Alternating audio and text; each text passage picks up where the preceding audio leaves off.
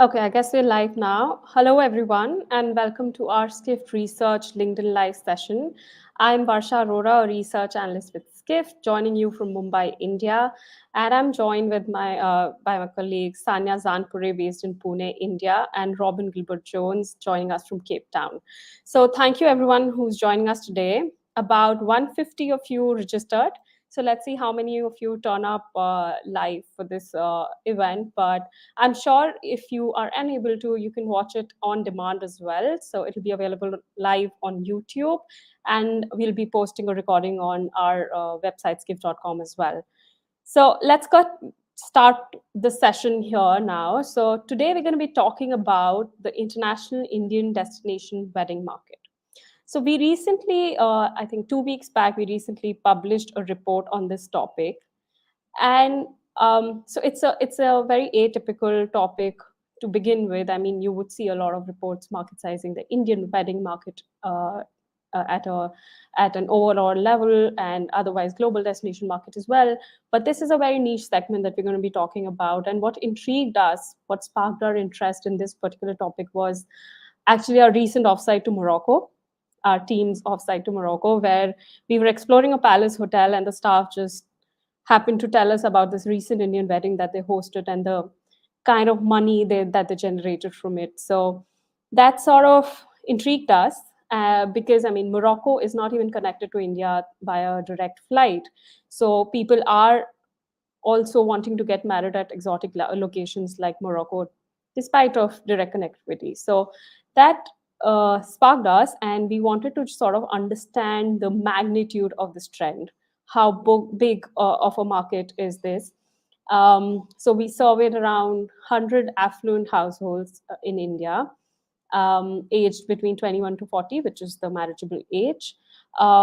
This combined with some publicly available data, of course, just to sort of benchmark our findings, we gave a very holistic view of the market through this report. I'll be sharing the QR code to download the same towards the end of the session.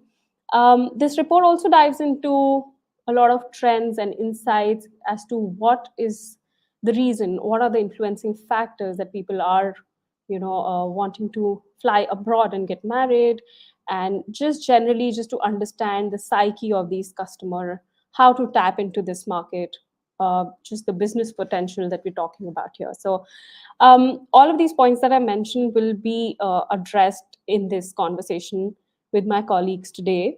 And this session would be around 30 minutes or so.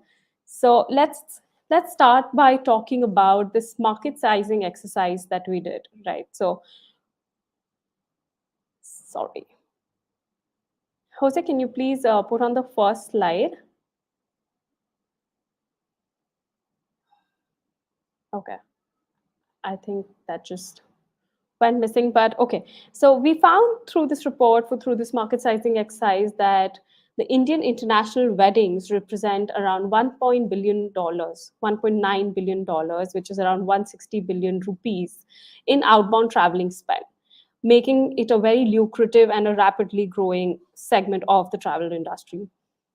Now, our survey also showed that an average person who's hosting this wedding would be spending around 1.8 crore Indian rupees, which is around $200,000 on this event, which is significantly higher than the average cost of an Indian wedding, which is approximately 20 lakh rupees or say around $24,000.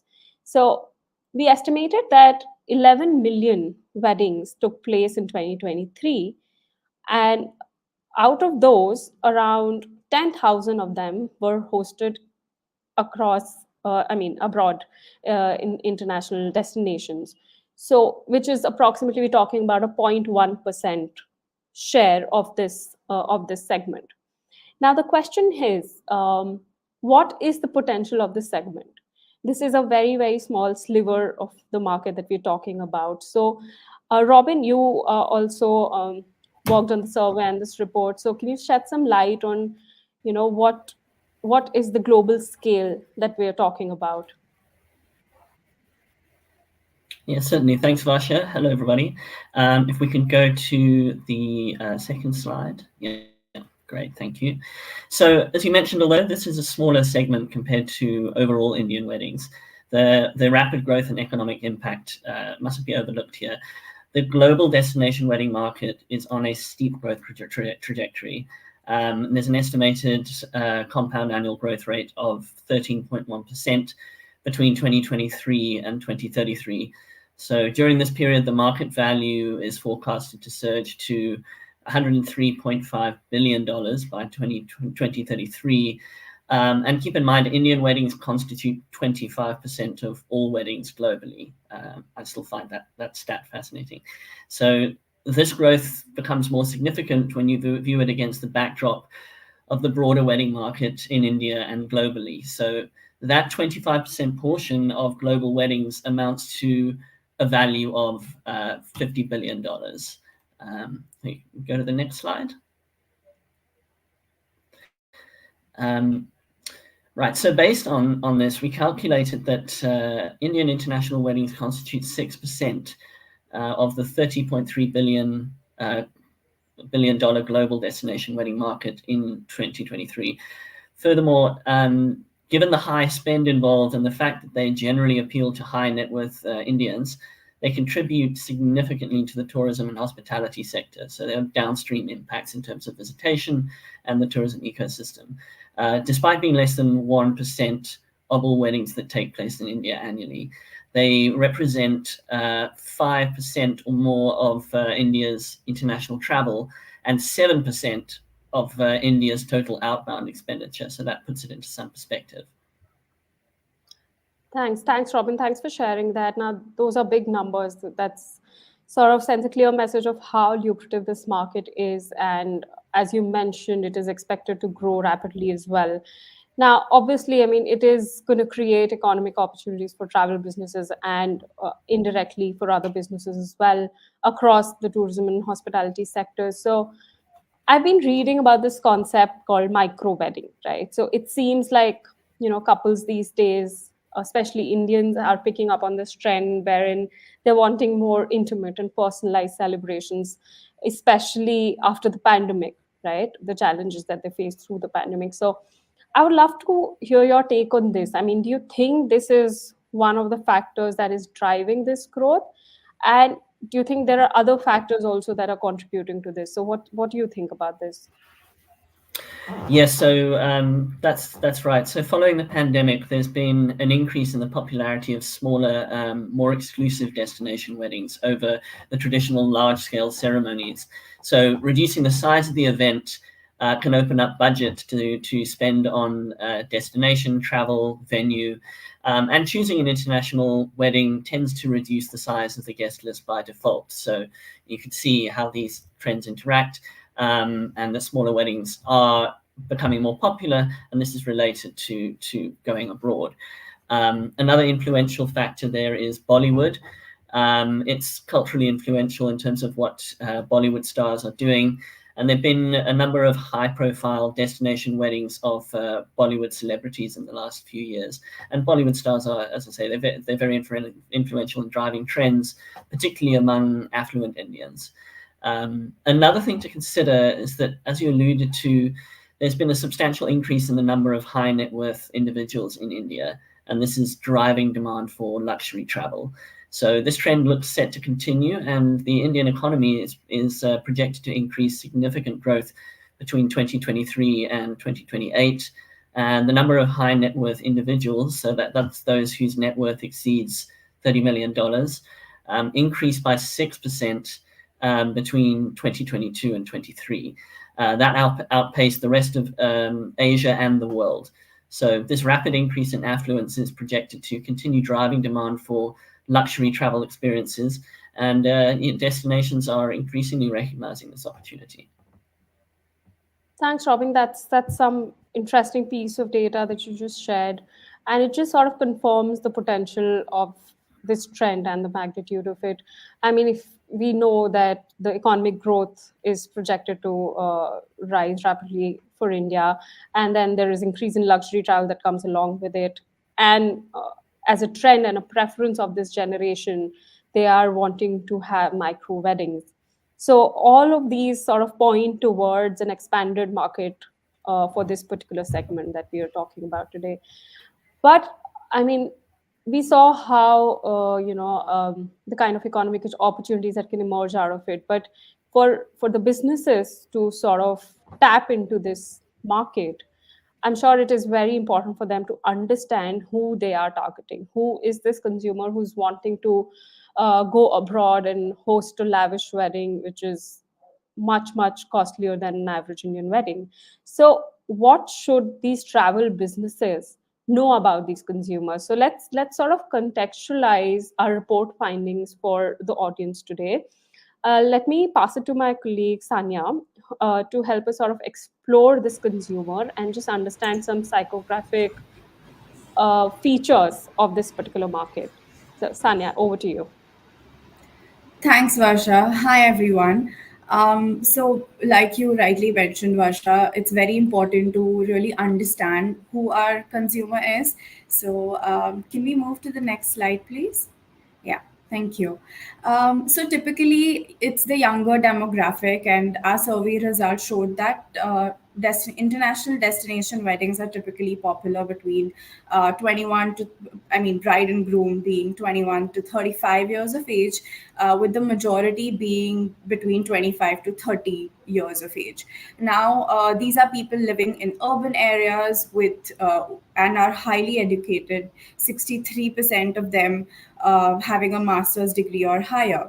What's interesting is that this demographic profile is such a contrast with the average age of marriage in India, which is around 23 years. But it does make sense because to get that kind of education, you would need slightly longer than a typical Indian would. And also, like Robin mentioned, it's the affluent population, so wealth certainly plays a significant role.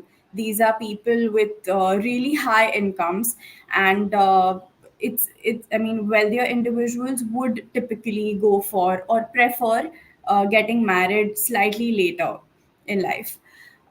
So urban, highly educated individuals who make significant amount of money would end up taking more international trips than people otherwise. So certainly they are well traveled. And when we look at all of these factors, we see this really interesting correlation between financial capacity, education, lifestyle choices, and the intent to have an international destination wedding. So, how can businesses really benefit from this trend? We can look at the preferences of this market. Now, of course, wedding venues, decor, catering are some of the major ones. But we'll look at stakeholders beyond the obvious ones as well. And Indian weddings, right? Certainly, Indian weddings are known to have a lot of guests traveling to the wedding destination, which I think creates such a golden opportunity for multiple businesses to tap into this market. Our report digs deeper into this, but I'll just mention some of the important ones while we're here. Can we move to the next slide, please? Thank you. So OTAs, online travel agency. So our survey established that it's the wedding planners actually that have the greatest say or tend to have most of the influence in planning Indian destination weddings. And it does make sense because there are a lot of logistical complexities that would require somebody to uh, expert management essentially. But then when it comes to wedding guests, hosts tend to exercise more control and want to book want to book for their own guests rather than handing it off to a wedding planner. What's interesting is if you look at the chart on the right, this is from our Indian traveler survey that we did last year, which has nothing to do with weddings. It's the typical Indian traveler. And Indians are certainly a unique bunch where we see that there is parity in preference for direct and third party online bookings. In fact, direct bookings being preferred slightly more than third party online bookings. But coming back to our topic, when it comes to booking for guests for international destination weddings, the greatest preference goes to third party online booking channels. And we think that this preference stems from having the convenience of accessing or even viewing multiple options simultaneously. So overall, we feel that it's a really great opportunity for businesses because the whole idea for a couple to host an international destination wedding is to create a unique experience for their guests, right? So by offering these unique experiences, personalized services, or tailoring packages, businesses can actually end up pushing direct bookings more. Additionally, we think forming partnerships with Robin will speak a little bit more about this, but having partnerships with wedding planners can help expand reach as well. Coming to the next most important business, transportation. Your guests have to get to the wedding destination, so this is extremely important. So majority of hosts we've seen, almost all, 90%, tend to arrange accommodation for their wedding guests, with 72% of them arranging it for all of the attendees. So you see the amount that Indians are open to spending in their weddings, right? So again, a great opportunity for transportation providers. For instance, take a shuttle service that could offer a discounted rate or tailored packages, offer extra amenities to wedding guests, which can create an experience and which will carry through word of mouth as well. Also, partnering with a wedding planner works too. And the next most important business, accommodation.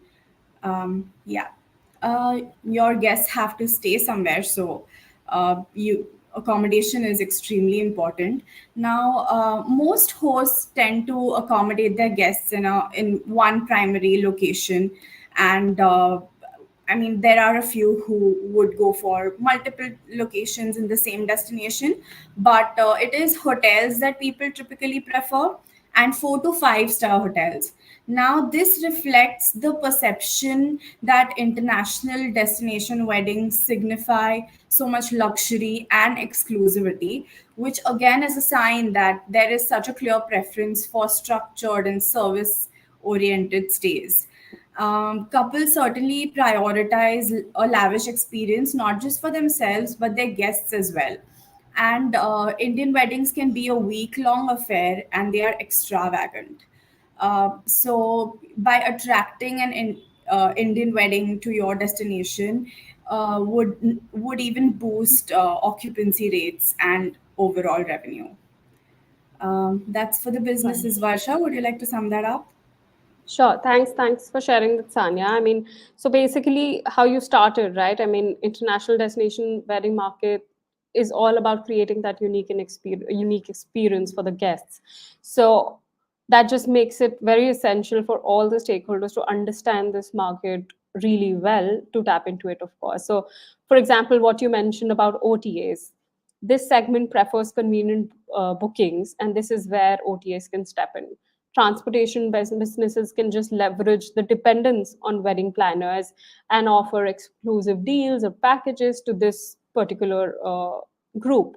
Now, accommodation providers, again, as you mentioned, high-end amenities is what this target group is looking for, and the offerings have to be marketed to this segment accordingly. So, I mean, what you mentioned, and these are a few direct beneficiaries, of course, but one of the other very important stakeholders in this entire picture is, of course, the destinations, right? So, what are the kinds of destinations that this segment looks for, and what are the influencing factors? I mean, why would you choose Thailand over Maldives, or I mean, maybe Nepal over Sri Lanka? So what is their take here? So Robin, would you want to take this one, please?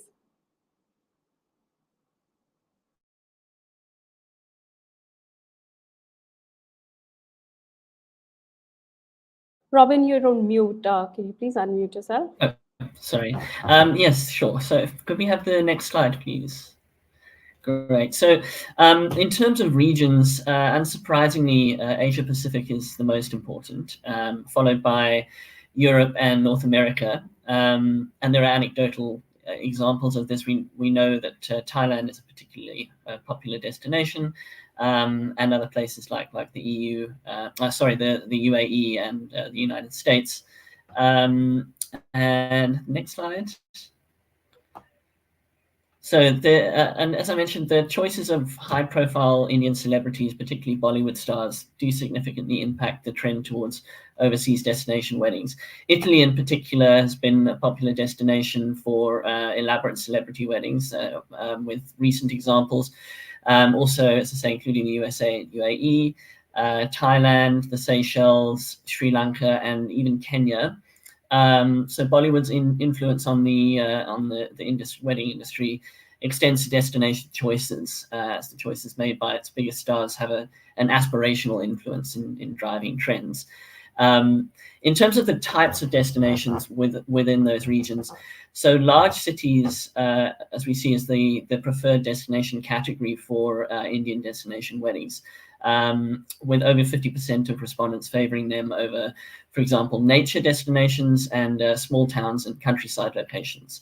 So this trend certainly presents an opportunity for subnational destination marketing organizations, particularly at the city level, to market themselves directly. Why large cities? Well, the preference for large cities could be due to the relative ease of arranging weddings in an urban environment compared to more rural environments. And large cities typically offer a wide range of venue options, accommodation choices, and more robust transportation infrastructure, which makes them more convenient for couples and their guests. That being said, logistical challenges can still exist, and certainly do when you're planning a wedding at a distance. So subnational DMOs should aim to alleviate these pain points by providing support and guidance to couples planning destination weddings. And by addressing these logistical challenges, DMOs can enhance their overall appeal of their cities as well as destinations as in and of themselves, as well as wedding destinations.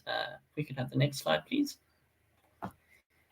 So in terms of what factors influence choices of destinations, we did some open-ended questioning on this.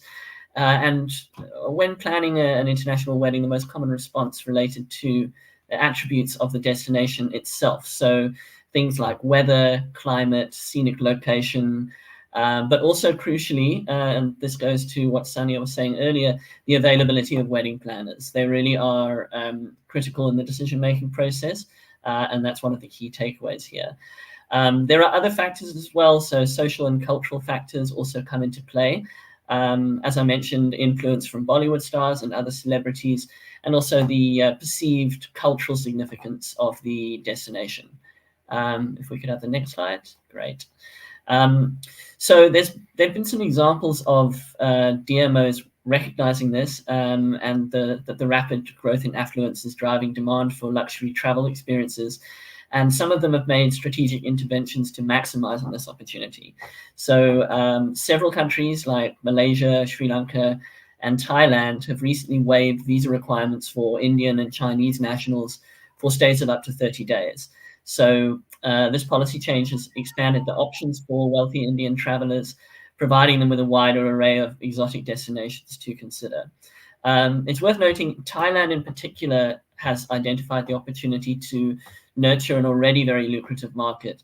According to the Tourism Authority of Thailand, Indians now make the largest number of tourist arrivals into the country by air, and nearly 60% of destination weddings in Thailand in 2022 were those of Indian weddings. So that just gives a sense of the magnitude of the opportunity there. Thanks for sharing that, Robin. I mean, that's a big number. I mean, 60% of destination weddings that happen in Thailand were of Indian residents. So, I mean, and also touching on the visa and the ease of travel part that you touched on, I mean, absolutely.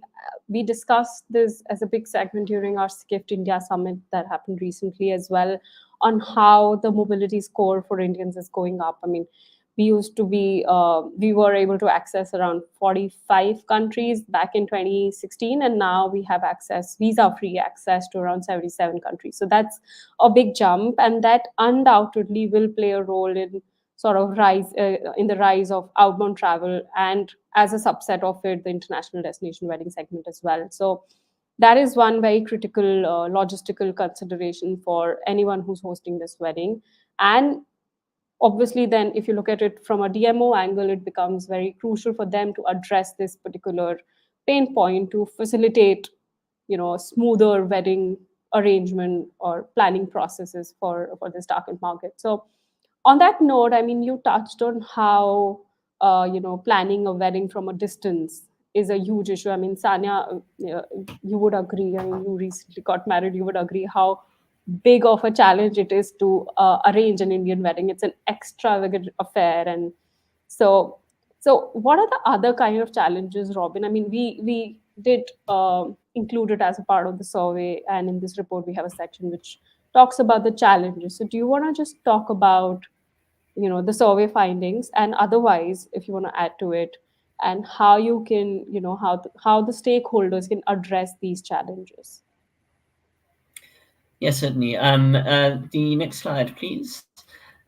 So, yes, planning a wedding from a distance, particularly an Indian wedding, does present several challenges, although these also present opportunities for destinations and businesses in the wedding supply chain, particularly to differentiate themselves by addressing some of these pain points. So, according to our research, unsurprisingly, the majority of challenges mentioned related broadly to travel logistics. So we're talking costs, visa issues, accommodation planning, things of that nature. And the next highest were venue selection, and crucial to note that wedding planners can have an influence there, and guest coordination. And yes, having got married myself, that last one doesn't surprise me. As you might have noticed, addressing these challenges can increase the couple's reliance on local suppliers, local expertise, and wedding planners. So that just further highlights the opportunity presented to the destination economy by Indian destination weddings.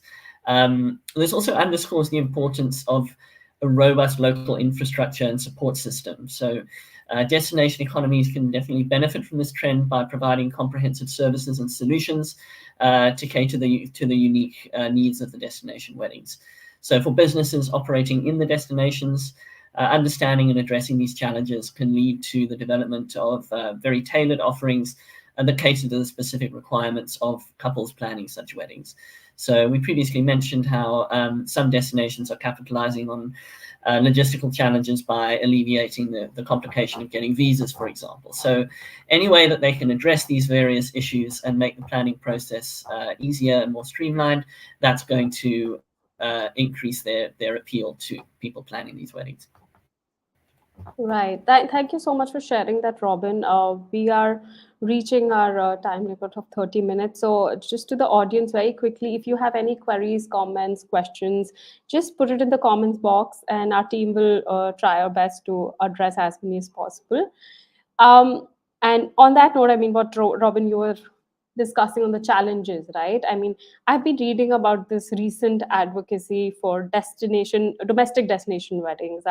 Our Prime Minister, Mr. Modi, has been, harping on how he's sort of initiated this Wed in India movement, right? And this sort of became a thing last November on one of his Man Ki Baat episodes. Now, that sort of highlights the importance of celebrating marriages in India within the on Indian soil, basically. So the idea is to keep the money within the country, which totally aligns with the broader goal of boosting the tourism economy, right? But that sort of poses a challenge for travel stakeholders who are wanting to lure this market abroad. So now, Sanya, you are based in India and you're in the thick of things. So I would love to hear your take on this particular topic. I mean, what do you think about this initiative, and do you think it will pose a big challenge for travel stakeholders abroad? And I mean, what's your take on this? Sure, Varsha. So, this is a very recent shift, right? I mean, not like there were no destination weddings before, but very recently we've seen this noticeable shift where in the Indian wedding industry, where now almost every couple intends to make this day, not their wedding day, not just memorable, but a unique experience for all their guests. And this has given a boost to destination weddings because of the picturesque locations, opulent venues. And Indians do typically spend a lot of money on their big day, like we saw the numbers, right? So, to capitalize on this, the Indian government launched with the Wed in India campaign, which essentially encourages affluent Indians to spend money in the country so that like Prime Minister Modi said, that let the wealth remain in the country. There's also another campaign called India Says I Do, which aims to attract foreign couples to tie the knot in India. So the idea is to essentially position India as a global wedding destination. But like we've been talking about how much of an impact Bollywood has. When celebrities get married abroad, it gives off this whole, I mean, it makes it all about exclusivity, right? And anybody who can afford a destination wedding abroad wants to sort of follow that trend now, like you spoke about micro weddings as well. So I mean, coming to your question, whether this is going to have an impact. Uh, our survey shows that it is the destination that drives this decision of hosting an Indian wedding outside of the country. So it is normally people who we said that these people are well traveled. So it is normally people who have been to a certain destination, fallen in love with it, and probably dreamt of tying the knot at this destination.